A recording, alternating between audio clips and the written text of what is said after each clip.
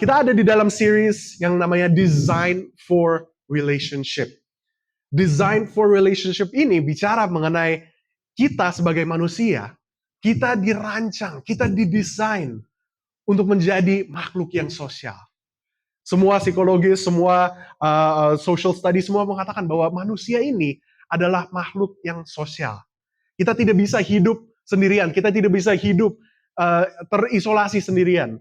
Makanya pas COVID kemarin kita tidak bisa bertemu secara gereja, kita tidak bisa bertemu satu dengan yang lain, kita harus isolasi mandiri gitu. It's a nightmare. Dan kita katakan bahwa kita sebagai manusia, we are designed for relationships. Inilah bagaimana Tuhan sudah mendesain kita sebagai manusia. 2 minggu lalu juga Pastor Agus sudah mengcover bagaimana Tuhan sendiri, dia adalah relational being. Tuhan sendiri di dalam Tritunggal, dia adalah Allah yang relational. Dan juga bagaimana kita, our ultimate and primary relationship, hubungan utama kita sebagai manusia adalah untuk mengikuti Allah. Untuk mengikuti Tuhan. To follow God. That's the ultimate relationship. Tapi bagaimana dengan hubungan kita dengan yang lain? Bagaimana dengan hubungan kita sebagai manusia dengan manusia yang lain? Hubungan kita bersama dengan orang yang percaya juga. Jadi saya memberikan judul pada hari ini. Tunjuknya kemana nih? Oke. Bisa dibantu di situ. Thank you. Who is the goat? Nah saudara, kalau tahu konsep goat ini bukan kambing ya saudara. Goat ini singkatan dari greatest of all time. Siapa yang terbesar? Kalau kita baca nanti di Markus 9 ayat 33 sampai 42, kita lihat kata ini di sosmed, kita lihat kata-kata ini di news report, di pembicaraan anak muda, greatest of all time. Nah, biasanya bicara tentang GOAT ini, bicara tentang di olahraga misalnya. Siapa yang terbesar, siapa yang terbaik? Seperti Lionel Messi atau Cristiano Ronaldo. Siapa yang terbaik? Who's the GOAT? Atau di dalam dunia teknologi. Siapa yang terbaik? Jeff Bezos atau Elon Musk?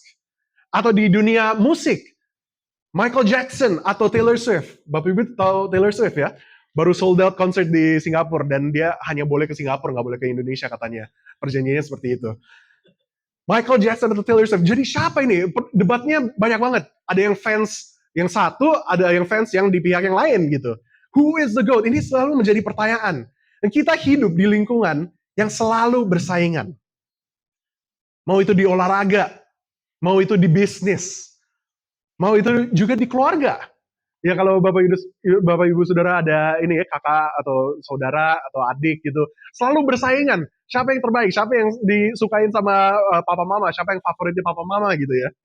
Saya yang paling muda dari 4 bersaudara. Yang sudah jelas saya yang terfavorit. Right, Dad? Ini direkam lagi ya.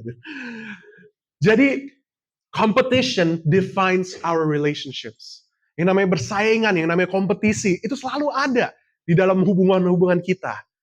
Dan kalaupun bukan secara sadar, sentimen-sentimen persaingan itu selalu ada. Dan sebenarnya Tuhan tidak ada masalah dengan namanya greatness ini. Tuhan tidak ada masalah yang namanya siapa yang terbesar atau yang kebesaran atau kehebatan ini. Tuhan tidak ada masalah dengan itu. Tetapi definisi dunia mengenai kebesaran, definisi dunia tentang kehebatan, itu sangat beda dengan bagaimana Tuhan mendefinisikan itu. Jadi kita baca dari Markus 9, ayat 33 sampai 40. Bapak Ibu juga bisa mengikuti membaca sama-sama ya, dari ayat 33. Kemudian, tibalah Yesus dan murid-muridnya di Kapernaum. Ketika Yesus sudah di rumah, ia bertanya kepada murid-muridnya, apa yang kamu perbincangkan tadi di tengah jalan? Tetapi mereka diam, sebab di tengah jalan, tadi mereka mempertengkarkan siapa yang terbesar di antara mereka. Lalu Yesus duduk dan memanggil ke-12 murid itu. Katanya kepada mereka, jika seorang ingin menjadi yang terdahulu, hendaklah ia menjadi yang terakhir dari semuanya, dan pelayan dari semuanya. Maka Yesus mengambil seorang anak kecil dan menempatkannya di tengah-tengah mereka. Kemudian ia memeluk anak itu dan berkata kepada mereka, barang siapa menyambut seorang anak seperti ini dalam namaku, ia menyambut aku. Dan barang siapa menyambut aku, bukan aku yang disambutnya, tetapi dia yang mengutus aku. Kata Yohanes kepada Yesus, Guru, kami lihat seorang yang bukan pengikut kita mengusir setan demi namamu. Lalu kami cegah orang itu karena ia bukan pengikut kita. Tetapi kata Yesus, jangan kamu cegah dia. Sebab tidak seorang pun yang telah mengadakan mujizat demi namaku dapat seketika itu juga mengumpat ke aku. Barang siapa tidak melawan kita, ia ada di pihak kita. Demikianlah firman Tuhan. Saudara, di perikop ini, kita melihat kontras antara aspek persekutuan manusia, yang namanya human fellowship, dengan aspek persekutuan Allah. Kita melihat kontrasnya, human fellowship dengan God's fellowship. Kalau persekutuan manusia dibilang mengikuti budaya, kalau dibilang persekutuannya manusia, yang namanya fellowship-nya di dalam human sense itu sangat cultural. Kalau kita melihat persekutuannya Allah, persekutuannya Tuhan, itu sangat counter-cultural. Human fellowship versus God's fellowship. Ini ada 3 perbedaannya yang kita melihat di perikop ini. Yang pertama, the first versus the last. Yang pertama, melainkan yang terakhir. Yang kedua, the self-made man versus the child. Orang yang berprestasi, melainkan anak kecil. Dan yang terakhir, one of us versus one of his. Salah satu dari kita, melainkan salah satu dari dia. Jadi kita lihat yang pertama, saudara. The first versus the last. Kita lihat di ayat 35. Di ayat 35 katakan, lalu Yesus duduk dan memanggil ke-12 murid itu. Katanya kepada mereka, jika seorang ingin menjadi yang terdahulu, hendaklah ia menjadi yang terakhir dari semuanya. Dan pelayan dari semuanya. Jadi murid-murid Yesus berdebat antara mereka. Berdebat, siapa yang terbesar? Siapa yang paling hebat antara 12 murid itu? Apakah Petrus? Karena Petrus yang paling tua. Petrus yang jadi spokesperson dari antara muridnya. Selalu Petrus yang bicara. Apakah Yohanes? Karena Yohanes yang paling dekat dengan Yesus. Yohanes yang dikatakan the beloved disciple of Christ. Apakah murid yang lain yang mungkin lebih aktif di pelayanan? Murid lain yang lebih banyak mujizatnya? Dan sebenarnya pertanyaan, who is the greatest? Pertanyaan ini, siapa yang terbesar di antara mereka? Yesus bisa saja menjawab kepada murid-muridnya. Kenapa kalian ada debat kayak gitu? Yang udah jelas, yang terhebat, yang terbesar adalah saya. Yesus bisa menjawab seperti itu, saudara, kepada murid-muridnya. Tetapi Yesus memilih untuk menjawab bahwa kalau kamu ingin menjadi yang terdahulu, kalau kamu ingin menjadi yang terhebat, kalau kamu ingin menjadi the greatest, kamu harus menjadi yang terakhir. Kamu harus menjadi pelayan untuk semuanya. Bagi semuanya. If you want to lead, kalau kamu ingin menjadi pemimpin, kamu terlebih dahulu harus melayani. You have to serve. Kalau kita melihat di dunia marketplace, saudara, ada gambar seperti ini yang membedakan apa itu bedanya bos dengan leader, bos dengan pemimpin. Banyak motivational speakers, banyak seminar-seminar mengatakan bahwa pemimpin itu seperti ini. Kalau kita bicara tentang pemimpin, seringkali kita memikirkan bahwa ini adalah posisi yang sangat tinggi. Ini adalah posisi di mana satu orang, manajer, supervisor, atau apapun itu, dia yang mengatur orang-orang lain. Dia mengatur orang-orang yang di bawahnya dia. Tetapi pemimpin bukan hanya menyuruh, tetapi memberi contoh. Pemimpin itu bukan bos, pemimpin itu adalah yang memberikan contoh. Memberikan teladan bagi orang-orang lain itu. Dia menjadi role model saat bekerja. Nah, Yesus katakan bahwa ada yang next levelnya lagi. Bukan hanya memberikan contoh, saudara, tetapi menjadi pelayan. Become a servant for everyone. Ini yang namanya servant leadership. Saya sangat mengucap syukur, saudara, ada volunteers di sini yang mungkin dari kita juga tidak sadar bahwa ada volunteers seperti Daniel, Annette, Om Harley, Pastor Agus yang datang pagi-pagi untuk set up ruangan ini. Ada banyak hal yang masih missing gitu, yang masih ada perlu tambahin ini, tambahin itu gitu. Kita tidak sadar dengan itu, saudara. Tapi ada orang-orang yang melakukan itu, pelayanannya adalah untuk menyiapkan ruangan ini untuk kita bisa ibadah hari Minggu. Kita tidak melihat itu, tapi mereka melayani. Dan ada banyak saudara yang kita dapat melayani, mungkin di balik layar. Mungkin kita memikir seorang pemimpin itu orang yang di depan, orang yang selalu karismatik, orang yang selalu lancar kalau bicara, public speakingnya bagus banget, sangat motivational. Tapi apakah kita sadar bahwa ada juga yang namanya pemimpin di belakang layar itu, yang menyiapkan semuanya, yang melayani semuanya, yang secara rendah hati melayani, serving. Dan ini yang Yesus katakan, saudara. If anyone would be first, kalau kamu ingin menjadi terlebih dahulu, kamu harus menjadi yang paling terakhir. Kamu harus menjadi hamba. Kamu harus menjadi pelayan bagi semuanya. Jadi yang pertama, the first versus the last. Yang pertama, melainkan yang terakhir. Dan yang kedua, the self-made man versus the child. Orang yang berprestasi, melainkan anak kecil. Kita lihat di ayat 36 dan 37. Maka Yesus mengambil seorang anak kecil dan menempatkannya di tengah-tengah mereka. Kemudian ia memeluk anak itu dan berkata kepada mereka, barang siapa menyambut seorang anak seperti ini dalam namaku, ia menyambut aku. Dan barang siapa menyambut aku, bukan aku yang disambutnya, tetapi dia yang mengutus aku. Saya berpikir, kenapa Yesus memilih anak kecil untuk menjadi contohnya? Mengapa? Istilah anak kecil itu sebenarnya apa? Children were not considered a threat. Kalau kita melihat anak kecil, kalau kita lihat Michi gitu, kita nggak merasa bahwa, oh bahaya. Semoga enggak ya, saudara. Nggak berbahaya. Kalau yang namanya anak kecil itu nggak berbahaya. Children are not good at deceiving. Kalau yang namanya anak kecil itu kadang terlalu jujur. Benar nggak, saudara, yang punya anak kecil? Mungkin ya. Anak kecil itu susah berbohong. Terlalu jujur. Anak kecil juga tetap dependent. Mereka belum bisa mandiri. Mereka minority, mereka minoritas. Saya sendiri, saudara, tidak menyangka seberapa mahalnya untuk maintain anak kecil. Sampai saya punya Michi gitu ya. Saya tidak tahu itu kalau wah di rumah sakit ternyata mahal banget ya untuk melahirkan di rumah sakit gitu. Mahal banget gitu untuk pampers, untuk beli baju, untuk ya bingung aja gitu. Dalam 3 hari kok pampersnya udah habis gitu ya. Kok sampai segini ya gitu. Anak kecil karena masih belum bisa mandiri, saudara.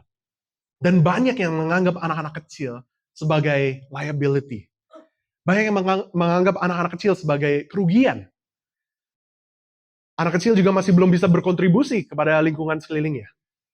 Children cannot contribute to society. Mungkin dibanding dengan yang dewasa, belum bisa, saudara. Dan dengan anak kecil di tengah-tengah mereka ini, saudara, Yesus mengatakan kepada murid-muridnya, receive them. Sambutlah mereka. Terimalah mereka. Walaupun mereka belum bisa memberikan sesuatu yang balik kepada kita. Mungkin mereka kayak merugikan kita. Kalau mereka menyusahkan kita, tetap saja. Receive them. Sambutlah mereka. Saudara, saya sangat grateful, saya sangat mengucap syukur. Saya ada di bagian dari gereja ini, dari movement ini, di Every Nation, yang fokusnya kepada next generation. Kita mengadakan Generations Conference. Mengapa, saudara? Generations Conference ini adalah conference untuk anak muda, yang nanti bulan Juli kita adakan. Promo sedikit gitu ya. Kita mengadakan Generations Conference ini, mengapa? Something as simple as this. Yesus yang menyuruh kita. Tuhan Yesus yang memerintahkan kita untuk care for the next generation. Untuk terima the next generation. Untuk terima anak-anak kecil, anak-anak muda. Yesus menyuruh kita untuk melayani, untuk menyambut the next generation. Saudara, yes, kita ada Kids Church. Yes, kita ada Every Nation Campus, ada ENC. Kita percaya bahwa mereka adalah the future leaders. Mereka adalah pemimpin-pemimpin masa depan. Mereka adalah presiden-presiden masa depan. Next businessmen, the next doctors, the next lawyers. Kita percaya itu semua, yes, saudara. Tetapi alasannya yang paling simple, mengapa kita mengeluarkan banyak waktu, banyak effort, banyak investment di next generation, karena Yesus yang menyuruh kita. Jesus told us to receive and to serve them. Yesus yang menyuruh kita untuk melayani semuanya. Melayani. Saya sangat frustrasi, saudara, saat saya melihat ada gereja-gereja yang hanya melayani orang-orang tertentu. Orang-orang yang memberikan persembahan, orang-orang yang memberikan perpuluhan. Dan mereka hanya mendengar feedback atau mendengar input dari orang-orang tertentu saja. Saudara, saya sangat frustasi mendengar itu. Ini bukan yang Yesus perintahkan kepada kita, saudara. Yesus perintahkan bahwa kita harus melayani semuanya. Inilah persekutuan Allah. In God's fellowship, we become a servant. In God's fellowship, yang terhebat, yang terbesar, bukan yang bicara di depan, bukan yang memimpin, bukan yang mengatur departemen-departemen pelayanan. Yang terhebat, yang terbesar adalah yang melayani, yang merendahkan diri untuk melayani, to serve people. Saudara, mari kita melayani dengan hati yang tulus. Mari kita melayani walaupun orang yang kita melayani itu tidak bisa membayar balik kepada kita. Tidak bisa memberikan sesuatu kembali kepada kita. Mari kita melayani dengan hati yang tulus. Melayani hanya karena Yesus sudah melayani aku. Yesus sudah melayani kita. Jadi kita melayani orang lain. Seperti anak kecil itu yang tidak bisa memberikan sesuatu kembali kepada kita. Kita tetap melayani mereka. Yang ketiga, saudara, one of us versus one of his. Salah satu dari kita, melainkan salah satu dari dia. Kita lihat di ayat 38, kata Yohanes kepada Yesus, "Guru, kami lihat seorang yang bukan pengikut kita, mengusir setan demi namamu. Lalu kami cegah orang itu, karena ia bukan pengikut kita. Tetapi kata Yesus, jangan kamu cegah dia. Sebab tidak seorang pun yang telah mengadakan mujizat demi namaku, dapat seketika itu juga mengumpat aku. Barang siapa tidak melawan kita, ia ada di pihak kita." Saat saya membaca ini pertama kali, saudara, saya bingung. Mengapa Yohanes tiba-tiba menginterupsi Yesus, pengajarannya Yesus di tengah-tengah itu, langsung bicara tentang mengusir setan. Tapi ayat-ayat ini bukan bicara tentang mengusir setan, saudara. Bukan hanya itu, saudara. Ternyata ini bicara mengenai one of us. Kok ada orang di luar dari grup kita, dari klik ini murid-murid Yesus yang 12 ini ya, kan kita yang terpilih nih, yang 12 ini. Kok ada orang di luar sana juga melakukan yang sama dengan kita? Kenapa ada orang yang bukan murid Kristus, bukan murid-murid yang terpilih, kenapa mereka bisa melakukan mujizat sama seperti kita? Dan murid-murid Yesus merasa mereka spesial, mereka terpilih. Dan kalau ada yang melakukan hal yang sama, tapi nggak diresmikan dari grup ini, mereka merasa itu nggak boleh. Itu bukan sesuai dengan jalannya Tuhan. Saudara, jangan salah, saudara. Kita bisa melakukan hal-hal yang baik dengan motivasi yang salah. Kita bisa melakukan hal-hal yang baik, kita bisa melayani. Kita bisa melayani orang lain, kita bisa melayani di gereja, kita bisa melayani di luar sana, tetapi dengan motivasi yang salah. Kita bisa berbuat baik, tapi mempunyai keinginan di balik itu. Kita bisa melayani orang lain, tetapi motivasinya untuk membangun status diri, untuk membangun reputasi atau prestasi mungkin, saudara. Atau kita sedang melakukan apa yang kita lakukan hanya karena posisi kita. Hanya karena, oh itu tanggung jawab saya. Murid-murid Kristus berpikir yang sama. Mereka mengikuti Yesus, mereka melayani, mereka membuat mujizat-mujizat yang hebat. Tetapi ternyata motivasinya tetap untuk menjadi terbesar di antara murid-murid itu. Motivasinya salah. Apa yang mereka melakukan benar, tetapi motivasinya salah. Dan suatu ada orang asing, ada orang yang di luar sana, yang bukan di antara murid-murid Kristus, melakukan hal yang sama, mereka merasa insecure dengan posisinya dan mencegah dia. Why? Karena dia bukan one of us. Itulah persekutuan manusia, saudara. Itulah human fellowship, saudara. Tapi in God's fellowship, Tuhan mengatakan, bukan seperti itu dengan kita. Saudara, ada sebuah cerita mengenai sebuah yayasan di Italia yang didirikan untuk melawan kasus-kasus doping, terutama dengan atlet-atlet. Ya kalau atlet doping itu ilegal ya. Jadi apa yang yayasan ini sangat kecil. Yayasannya sangat kecil. Mereka melakukan inisiatif untuk kita mau membantu atlet-atlet tersebut untuk tidak doping, untuk mereka bisa coping dengan pressure-nya dari klub-klub mereka. Kemudian ada sebuah perusahaan mobil yang sangat terkenal, saya tidak sebut mereknya, ingin menggunakan brandingnya mereka, ingin menggunakan nama yang sama. Dan kebetulan namanya sama dengan yang yayasan tersebut ini. Setelah pembahasan antara kedua pihak, yayasan tersebut tidak mengizinkan perusahaan mobil ini untuk menggunakan nama name brand tersebut. Solusinya seharusnya simple, saudara. Perusahaan mobil ini ganti aja brandingnya, ganti aja namanya. Tetapi apa yang perusahaan mobil ini lakukan, memilih untuk menuntut yayasan kecil ini. Karena inilah dunia yang kita hidupi saat ini, saudara. This is the world that we live in. Dunia yang kompetitif.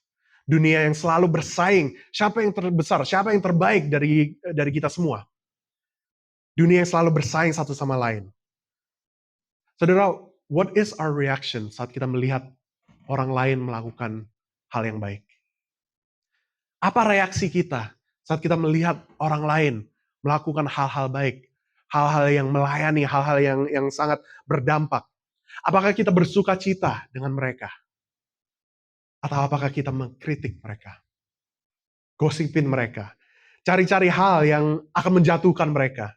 Saudara, saya percaya kita di Every Nation Serpong ini, saudara, kita bukan menjadi gereja yang menjelek-jelekan gereja lain, hanya karena pengajaran kita mungkin beda, pengajaran mereka beda, cara menyembahnya kita beda dengan mereka. Saya percaya kita tidak menjadi orang-orang yang self-righteous, saudara. Orang-orang yang berpikir bahwa segala hal yang kita lakukan ini semua yang benar. Kalau yang lainnya itu semua sesat. Saudara, saya percaya kita tidak menjadi gereja seperti itu. Karena itu bukan yang Yesus inginkan. Di dalam persekutuan Allah, saudara, tidak ada lagi yang namanya one of us. Salah satu dari kita, salah satu dari mereka. One of us, one of them. Tidak ada lagi bahasa itu, saudara. Di persekutuan Allah, we are all one of His. Kita semua menjadi bagian dari Allah. Saudara, inilah persekutuan Allah. The first and the last, the self-made man versus the child, one of us versus one of His. Saudara, Allah telah merancangkan kita. Tuhan telah mendesain kita sebagai manusia untuk mempunyai hubungan dengan sesama, untuk mempunyai fellowship, untuk mempunyai persekutuan dengan sesama. Tetapi karena dosa, fellowship antara manusia ini menjadi rusak. Fellowship di antara manusia ini menjadi kompetitif. Malah kita menjadi bersaingan satu sama lain. This is why we cannot have true fellowship without God.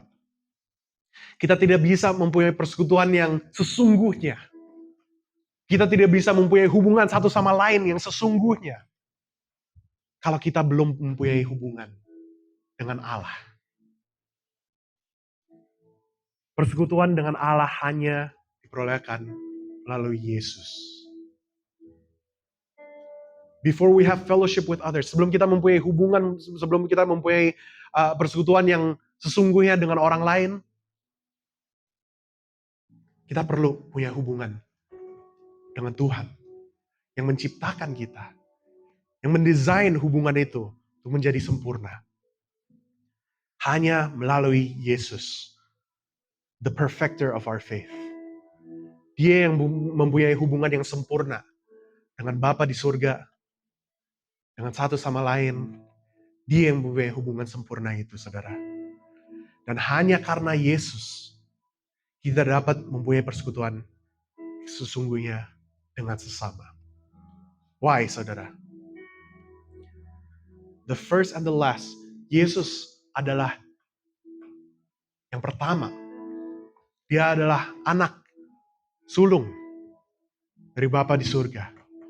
Dan dia memilih untuk menjadi yang terakhir. Dia memilih untuk turun ke bumi, mengosongkan diri untuk menjadi manusia, turun ke bumi untuk menjadi manusia, dan melayani setiap manusia. He became the first and the last. Yang kedua, he is the self-made man. Dia adalah Allah yang melakukan segalanya. Dia sanggup untuk melakukan segalanya. Tapi dia memilih untuk turun ke bumi sebagai anak kecil. Dia turun sebagai manusia yang vulnerable. Untuk dia bisa relate dengan kita.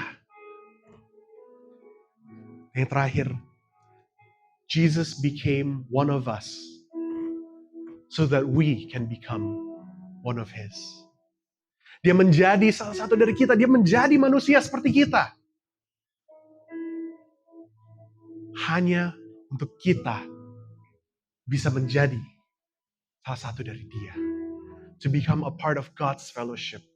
Yesus ini turun. Dia bukan hanya Tuhan, saudara. Dia bukan hanya Allah yang menghakimi manusia. Tetapi dia Allah yang turun menjadi manusia.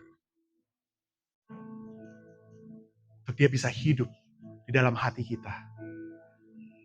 Agar kita bisa hidup dengan Tuhan. Inilah fellowship di dalam Tuhan. Inilah persekutuan yang di dalam Allah, saudara. We can have fellowship with one another. Kita bisa mempunyai hubungan satu sama lain di dalam Tuhan. Hanya karena Yesus yang menginitiate itu bagi kita. Mari kita berdoa. Bapa, kami mengucap syukur Tuhan. We thank you for your love. Kami mengucap syukur Tuhan, Engkau yang menyatakan kasih-Mu bagi kita. Engkau yang pertama, Engkau yang utama, tapi Engkau memilih untuk menjadi yang terakhir.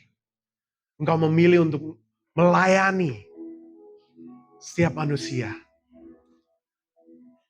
Engkau yang berprestasi, Engkau yang melakukan segalanya. You're the God who is able to do the impossible. Tapi Engkau memilih untuk datang sebagai anak. Dan Engkau menerima kami semua. Dan Engkau menjadi one of us. Engkau menjadi salah satu dari kita. Menjadi manusia. Dan memberikan jalan agar kami dapat menjadi satu dengan Engkau. To become one of you. Tuhan, kami berdoa Tuhan. Untuk setiap dari kami. Kami tahu Tuhan bahwa kami belum sempurna. Kami tahu Tuhan bahwa di dalam hubungan-hubungan kami juga Tuhan. Bahwa ada banyak hal yang masih belum sempurna. Ada banyak hal yang masih banyak masalahnya. Tetapi kami berdoa Tuhan. Engkau yang mengajar kami. To have true fellowship. True fellowship with you. Hubungan sempurna dengan Engkau. And true fellowship with one another. Persekutuan yang sesungguhnya dengan sesama. Tuhan, ajarlah kami Tuhan. Tuhan, kami minta kepada Engkau Tuhan. Engkau yang merendahkan hati kami. Kami dapat melayani sesama. Melayani semua. Tuhan, kami berdoa Tuhan. Ajarlah kami untuk menjadi murid-Mu. Ajarlah kami Tuhan, bagaimana kami dapat mengikuti.